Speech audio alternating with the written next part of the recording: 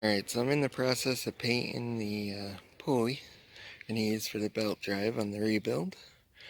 Came out pretty decent, and I'll show you the rest of this, how it's going to work. Alright, so I'm going to be using this flip-flop hub. I rebuilt this rim on one.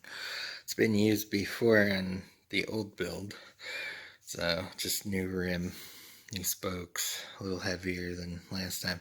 So you saw me cut this. I cut this recess just a tad on the lathe, just enough to clear the spokes.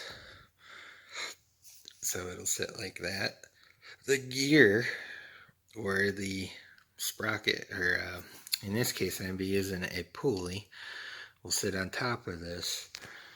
And then what it is it's recessed, so I made that little aluminum spacer, and then this is like a big washer that'll squeeze down and hold it all in place.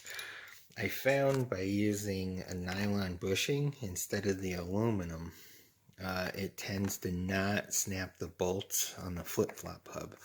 It gives it like a little bit of flex.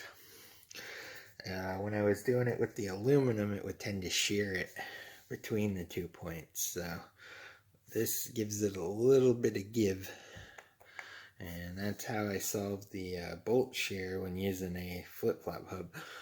So anyways, alright, that's where we're at. Once that dries, we'll mount it on and see how it goes.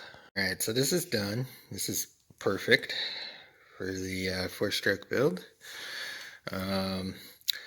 I want to show you this too, what I like about flip-flop hubs. I can use extra long bolts.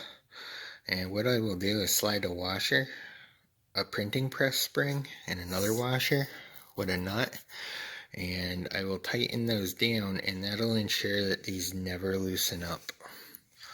So all in all, this came out really nice.